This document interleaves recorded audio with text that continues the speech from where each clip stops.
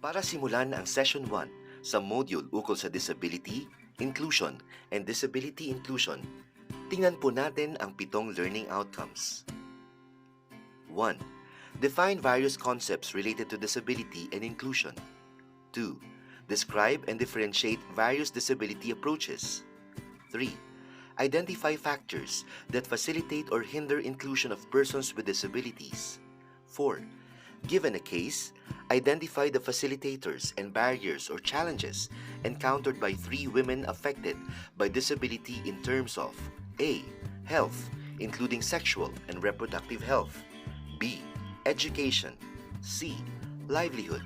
D. Social, including parenting, child-rearing. E. Empowerment. 5. Identify roles of social work allied medical professions, SWAMP personnel to enhance facilitators and address barriers or challenges. 6. Apply specific discipline-specific interventions that may enhance overall function and participation. 7. Describe points of collaboration of SW and AMP.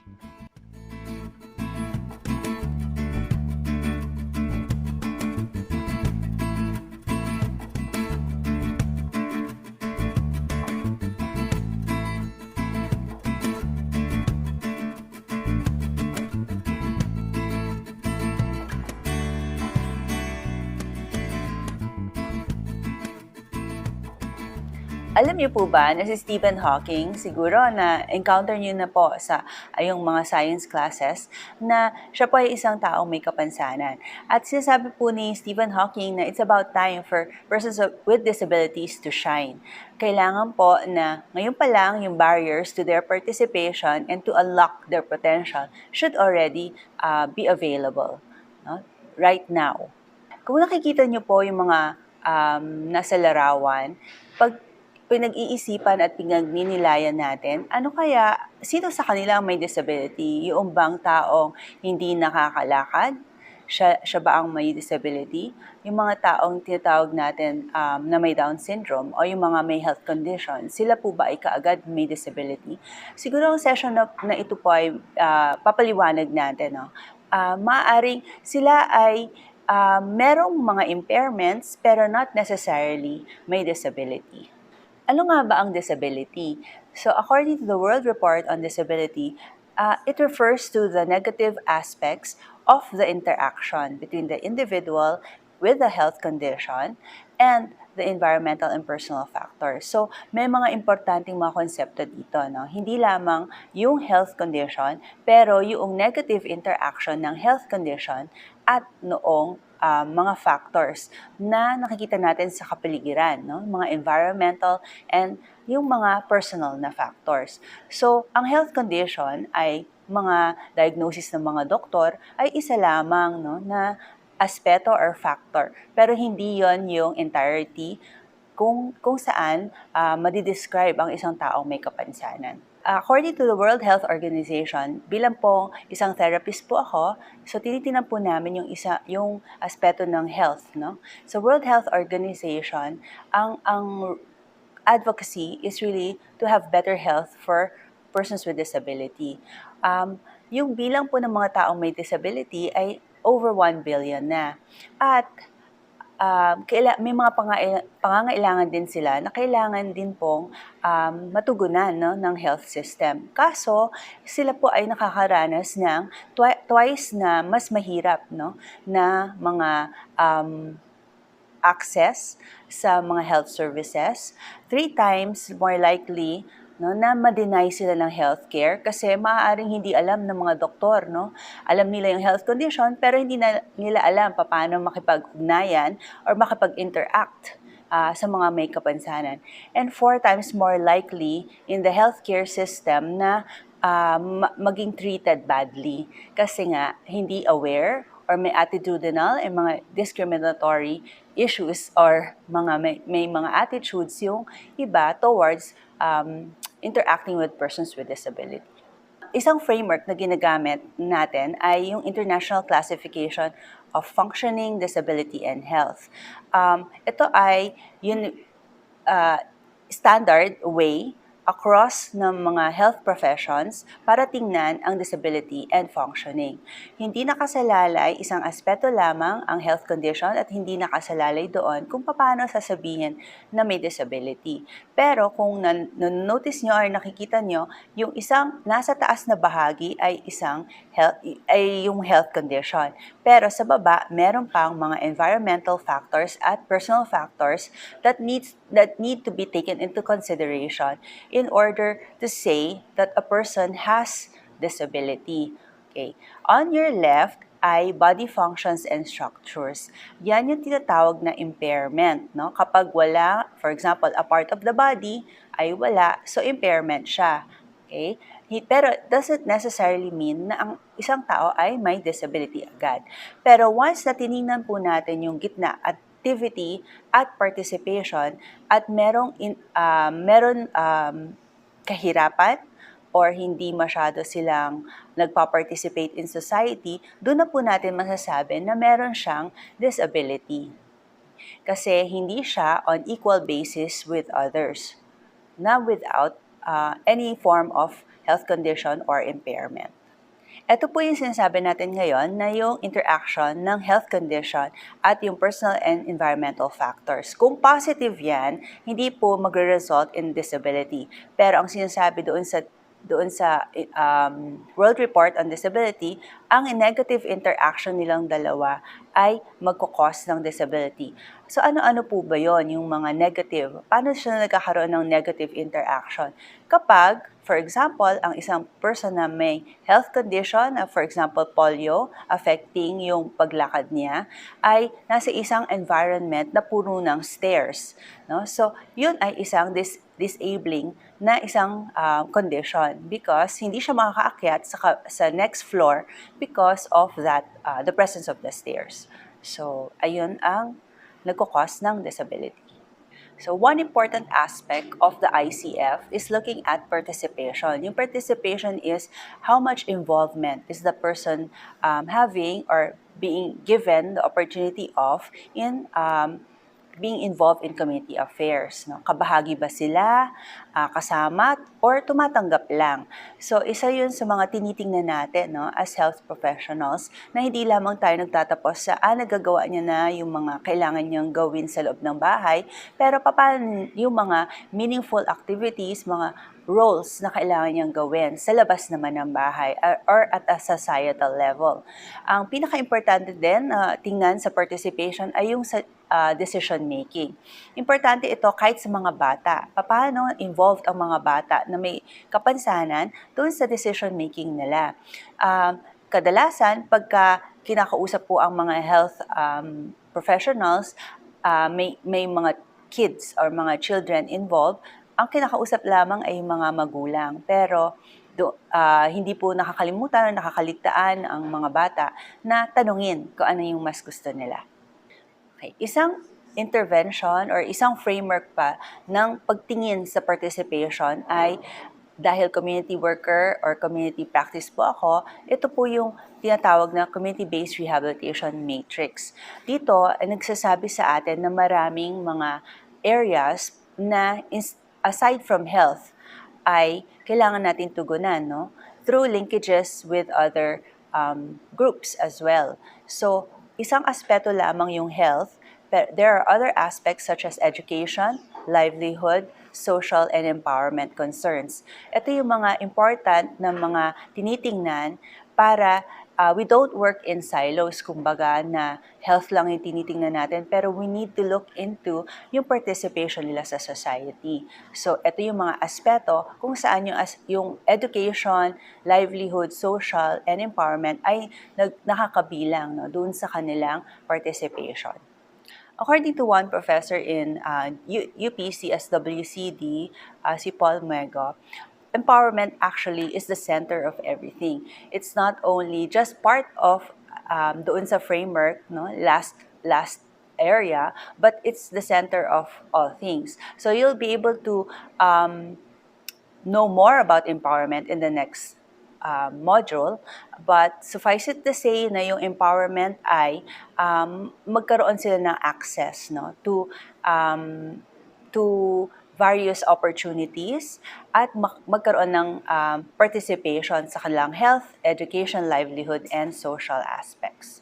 Ang status of persons with disabilities in the Philippines ay ibabahagi ko. Importanteng malaman ito kasi kung ano yung mga impairments or mga conditions na marami dito sa Pilipinas para malaman din natin kung paano natin sila i-include or paano anong types or groups of people yung kailangan ng more participation in our society.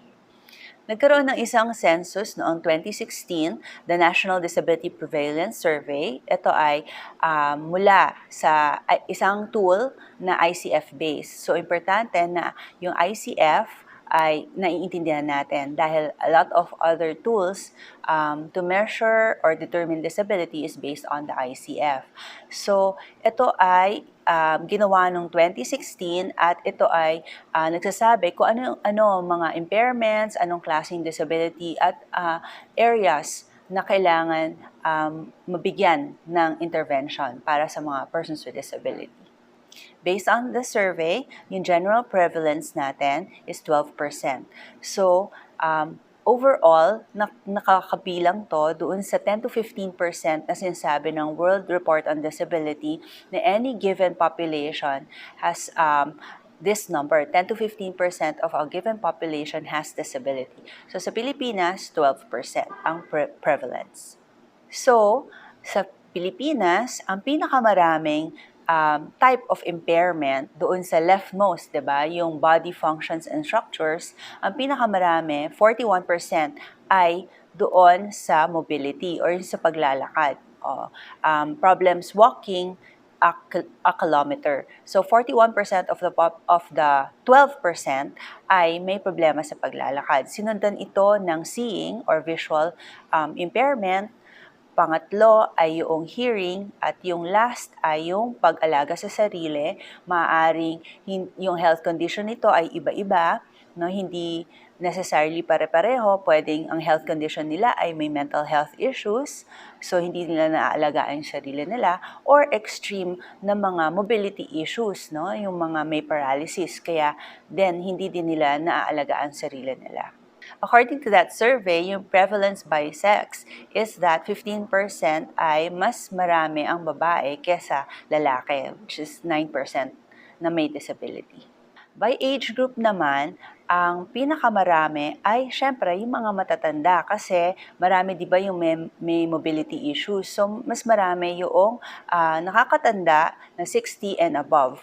32% 'yon kumpara sa mga ibang age groups. Kung mga health condition naman ang pinag-uusapan, so napag-usapan natin yung impairments. Pero ano yung dahilan ng mga impairments na yon? Usually, may vision problem, pinakamalaki yung health condition na may vision problems. May back pain, kahit na mas mataas yung prevalence noong mobility issues, okay, pero ang back pain or musculoskeletal issues ay next lang, no? 49%. At third, yung arthritis, and fourth, yung hypertension, and fifth, yung sleep problems. Sa pag-aaral naman, sa education, di ba isang aspeto yon na kailangan nating tingnan, ang mga persons with disabilities ay may 25% na with extreme problem in getting an education. So, ibig sabihin, hindi lahat sila ay nakakapag-aral or nabibigyan ng oportunidad para makapag-aral. Maaring hindi bukas ang mga paaralan para sa kanila or mismo ang kanilang mga pamilya ay hindi nakikita ang kahalagahan nito. So, yung mga iba din, yung 1% na nasa paaralan na, ay minsan mas nakakaranas din ng problema or suliranin na makafocus doon sa kanilang pag-aaral. Kung mapapansin nyo, ang pinakamarami, 23% doon sa nakakarating at nakakatanggap ng pag-aaral ay some elementary lang. Hindi sila tumataas na umaabot talaga ng college. No? Pero meron din naman, may 10% na nakakarating ng college, pero ang pinakamarami ay nasa elementary lamang ang nararating. kung marami sa kanila ang hindi nakapag-aral na mas matataas na antas, marami din, syempre, ang hindi makakahanap ng trabaho para sa kanilang pangkabuhayan or para sa kanilang pangtustos sa pang-araw-araw na pangangailangan. So 34% sa kanila ang may problema sa pag-apply at pagkuha ng isang trabaho. 11% yung may problem sa pag-focus at pagtuon sa kanilang mga trabaho. So nakikita natin dito na unang-una, paano kumuha ng trabaho, hindi sila skilled doon or nahihirapan sila doon. At pangalawa, kung meron man, ay meron pa rin silang challenge doon sa kanilang setting. So sa pangkalahatan, 51% talaga sa kanila, almost more than half, no, yung hindi nakakapagtrabaho. Konti lamang, malapit na, 49% ay may trabaho naman. Ito ay tungkol sa mga batang may kapansanan, 1 in every 5 or 20%. So medyo marami-rami yun, no? Kung sa isang room ay may 10, may 2 doon ang ini-expect natin na may kapansanan. Ito rin ay importante na matingnan kasi yung access to information. Ang sinasabi nila ay ang mga taong may kapansanan, kung walang access to information, pati yung health status nila ay affected, no? So 12% of them, 12% lamang ang may access to information. So in this information age, 12% lamang ang merong mga access. So marami pang kailangan gawin para ma-reach sila. And the most disturbing of all is that persons with disability are 2 to 4 times more likely to perish in disasters. So marami pong very relevant sa atin, no, sa ating country kasi marami tayong na experience na disasters every year. So 2 to 4 times more likely sila mamamatay, no, sa isang disaster situation. So they need to be equipped, they need to be able to be capable enough to address yung mga challenges sa disasters. So how do we change the statistics? Either we increase their participation or lower down their risks, no? So there are 2 ways. First is that we understand yung different disability approaches or models. Important to distinguish kung paano yung pagkakaiba ng mga ito. Kasi maraming mga pagkakataon, ginagamit natin yung isa, yung isang approach, yung pala ay hindi yon maximum or hindi yon optimum para sa isang may kapansanan. So may 4 na approaches sa disability. Actually, over the years, parang evolution siya, no, ng approaches dahil na rin sa tawag ng times or sa konteksto ng panahon. Yung unang-una ay the charity approach, second is medical, third, social, and fourth, rights-based. So, iisa-isahin ko po ito shortly, may mga slides later following the discussion. The first approach is the charity approach, and this is most common, no, to na alam natin at most actually disabling din kasi hindi nabibigyan ng opportunity yung mga persons with disability to shine, kumbaga. They are relegated to a recipient of care or a receiver of charity, such that sila ay tinitingnan na kawawa at sila ay different, no? Or victims ng kanilang circumstances. So, hindi nakikita sa approach na to na minsan na-overlook na may mga inherent talents pa rin naman sila. So, isa yon sa kadalasan na maraming mga tao na nagte-take this approach not knowing na yon, hindi din siya ganun hindi siya yung best approach for a lot of persons with disability. The next approach is the medical approach. So the medical approach is often criticized tayo yon, no, doon sa field na to. Kasi sa medical approach, considers the person with disability as abnormal or someone who has to be made normal. So yun din yung hindi gusto ng mga iba na nasa disability area kasi sila ay hindi lamang recipients of care, pero sila mismo ay pwedeng mag-determine kung ano ang kanilang kinakailangan. May mga bagay or may mga health condition na hindi naman na-address kaagad. Yung health condition, pag in-address mo ay instantly magiging wala na yung disability.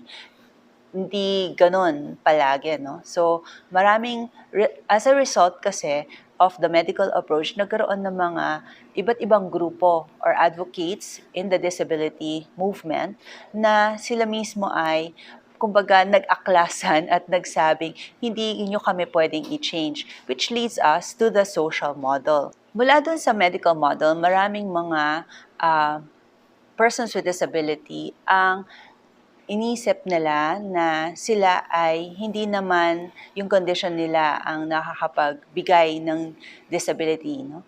Ang problema ay yung disabling society o yung mga conditions in the society that makes them disabled. So, yung disability is because of the result of barriers that they encounter in the environment, be it social or physical or institutional. So, ito yung tatlong types of barriers na tinutukoy nila. Yung attitudinal ay kung paano yung tinuturing sila sa isang society.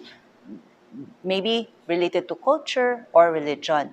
So, unang-una, parati kong binibigay na halimbawa, yung mga batang may condition, hindi naman nila alam na meron silang condition unless pumunta sila sa yung mga kalaro nila ay tinutukso sila, no? So, nagkakaroon tuloy ng shame yung bata.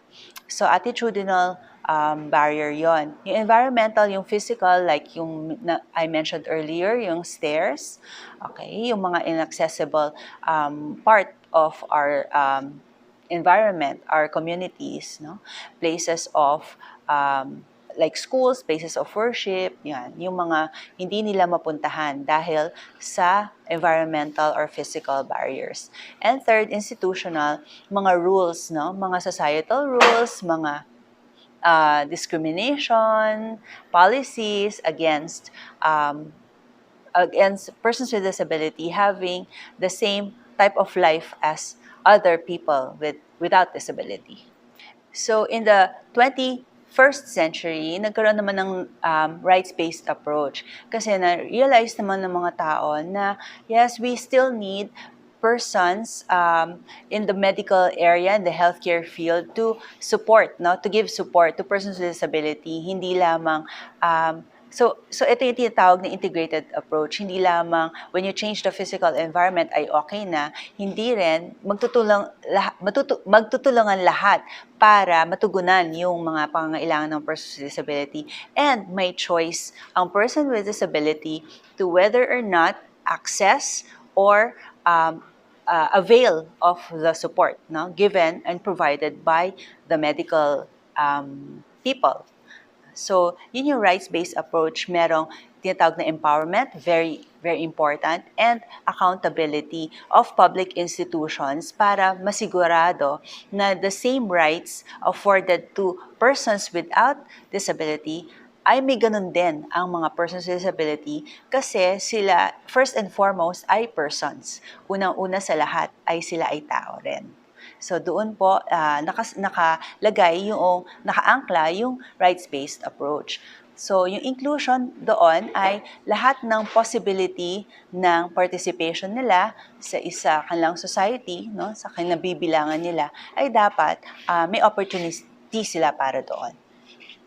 So in order to determine the differences of these approaches, I have made a table that showcase or highlight yung mga approaches na ito and how they differ from each other.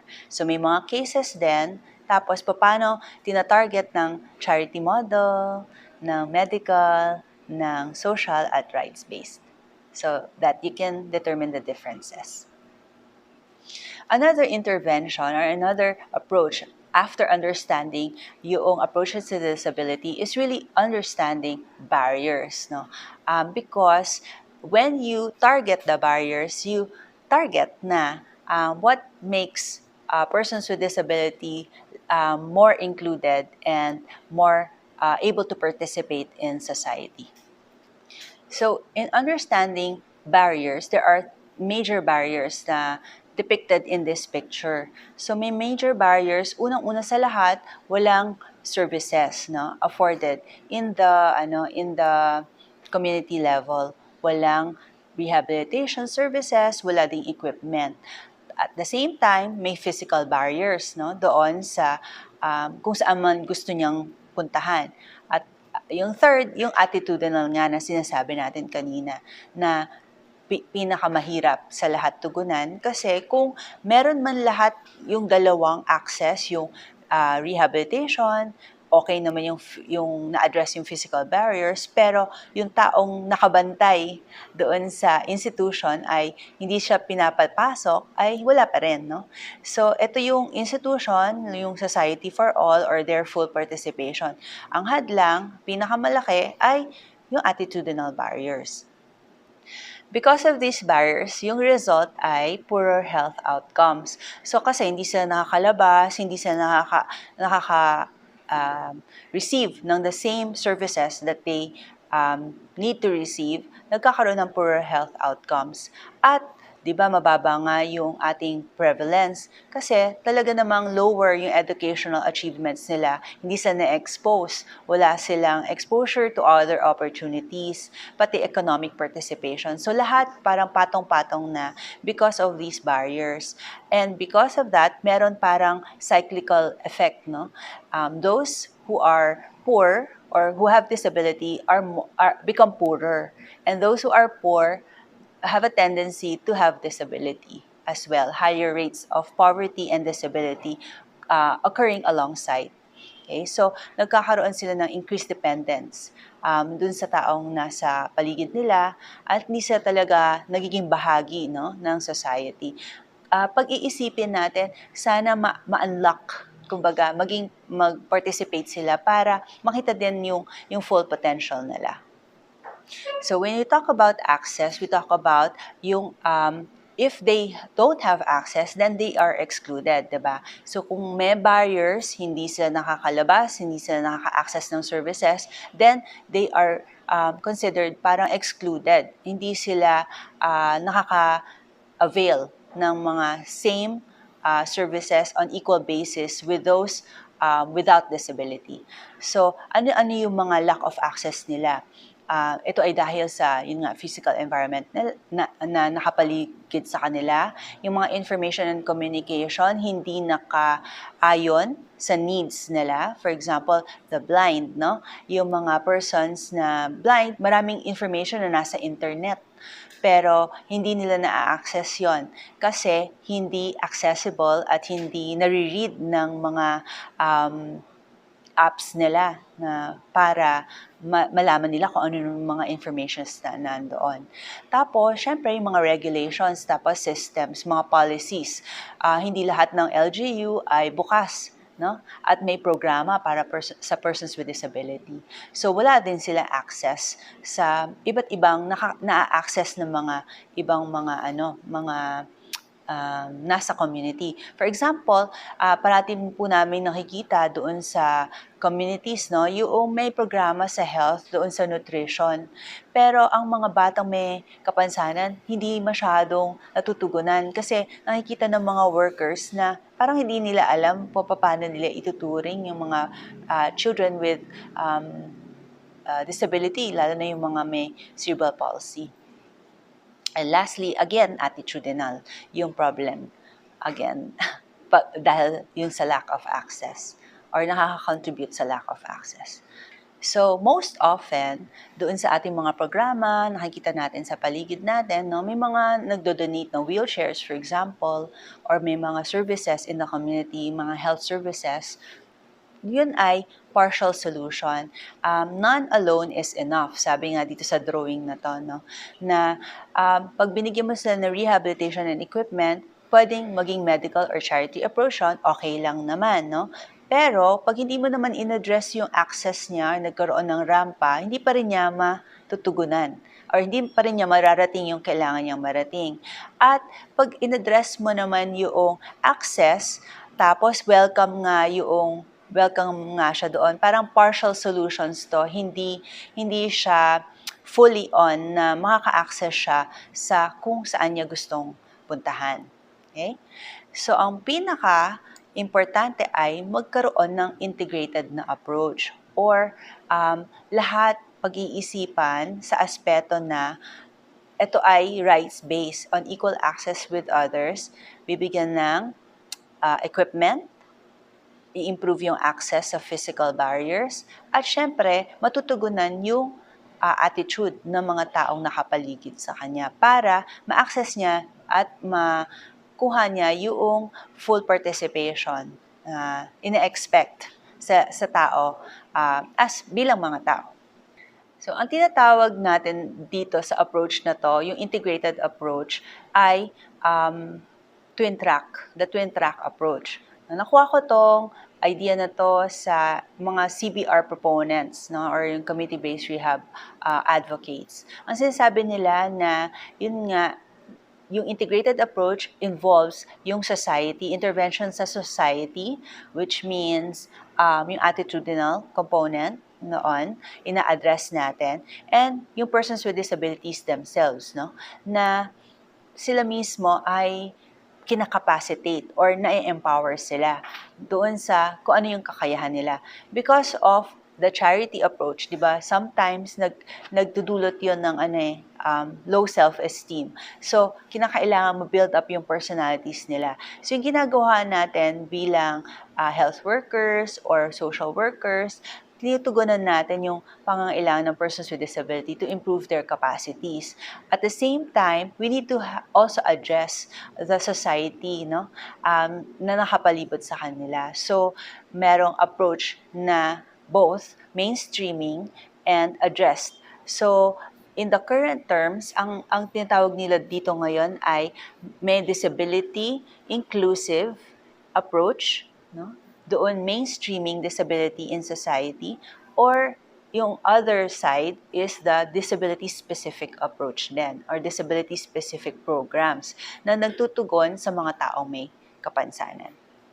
I'd like to share this slide, this picture with everybody because ito yung nagpapakita kung ano man yung ano ng inclusion, no? Kung ano yung konsepto ng inclusion. So tatanungin ko kayo, pag i-reflect nyo yung iyong mga communities ngayon, yung kinabibilangan nyo, whether it be your schools or yung mga barangays nyo, nasaan ang taong may kapansanan? So, when you talk about inclusion kasi, again, gusto natin sana when you mainstream disability, may disability inclusion, no, sa mga programs.